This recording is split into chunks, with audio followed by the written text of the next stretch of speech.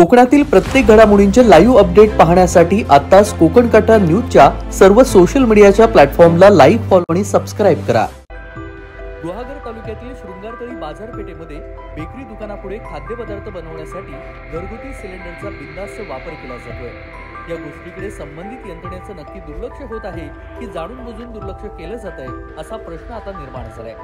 धाडसी कारवाई होत नसल्यानं व्यावसायिक बिनधास्त असल्याचं पाहायला मिळत आहे। शृंगारतळी बाजारपेठेमध्ये बेकरी, चायनीज सेंटर, हॉटेल्स मोठ्या प्रमाणामध्ये आहेत आणि येथील काही दुकानदार व्यावसायिक गॅस सिलेंडरचा वापर करण्याऐवजी मोठ्या प्रमाणावरती घरगुती गॅस सिलेंडरचा वापर करताना पाहायला मिळत आहेत। सर्वसामान्य ग्राहकांना अनेक दिवस नोंदणी करून देखील सिलेंडर मिळत नाही। घरगुती सिलेंडर आणि व्यावसायिक सिलेंडर यांच्या किमतीमध्ये दुपटीचा फरक आहे।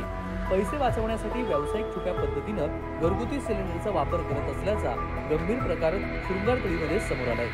काही दुकानात फक्त एक व्यावसायिक सिलेंडर दुकानात ठेवून आणि घरगुती सिलेंडरवरती आपलं काम करत असल्याचं पाहायला मिळतंय। याकडे संबंधित यंत्रणेनं या दुकान चालकाची चौकशी करून दोषी आढळणाऱ्यांवरती कारवाई करण्यात यावी अशी मागणी आता होऊ लागली आहे।